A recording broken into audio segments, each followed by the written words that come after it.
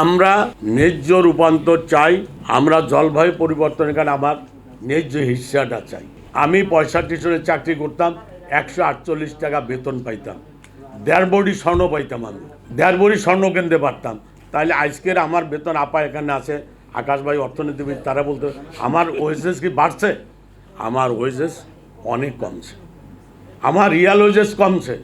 আজকে আর আমরা এই জন্য বলছি লিভিং ওয়েজেস তাই আমরা বর্তমান বাজার মূল্যে আমার শ্রমিক কর্মচারী ঐক্য পরিষদের দাবি কি, আমার মিনিমাম ওয়েজটা করবো, আমার লিভিং ওয়েজ। যে একটা মানুষ বাঁচার জন্য, জেলখানা সবচাইতে খারাপ জায়গা, ওইখানে খাইতে যা লাগে ওইটা হিসাব করে তোমরা যদি 4 জন ফ্যামিলি ধরো, মা বাপ সহ যদি আরও একজন বাড়ো, তাহলে কত টাকা লাগে সেইটা আমাকে দেবো। এবং এই জন্য আমরা বলছি জেল খাবার সবচাইতে কম দামের খাওয়া।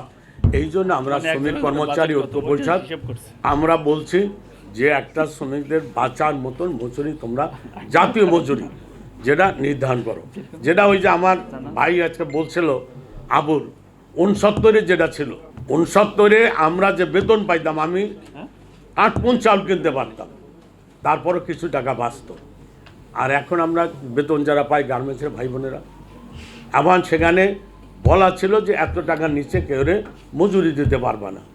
আর একটা ছিল যেটা আজকের বোনেরা এখানে আছেন বেশি, আপা বলছে আমার শ্রমিক তার নিজের পছন্দ মতো নেতা নির্বাচিত করতে পারবে।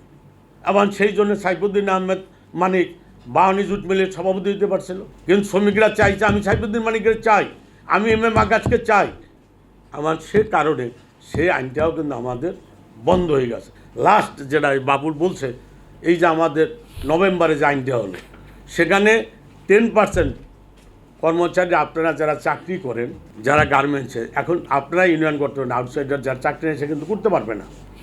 আবার সেই জন্য যারা ছিল যে কর্মরত প্রতিষ্ঠানের 10% তারা রিটায়ার্ড হয়ে গেল, যেহেতু তারা শ্রমিক নেতা, তারা ওই ইউনিয়নের শ্রমিকরা যদি চায় তাইলে নেতা হতে পারবে।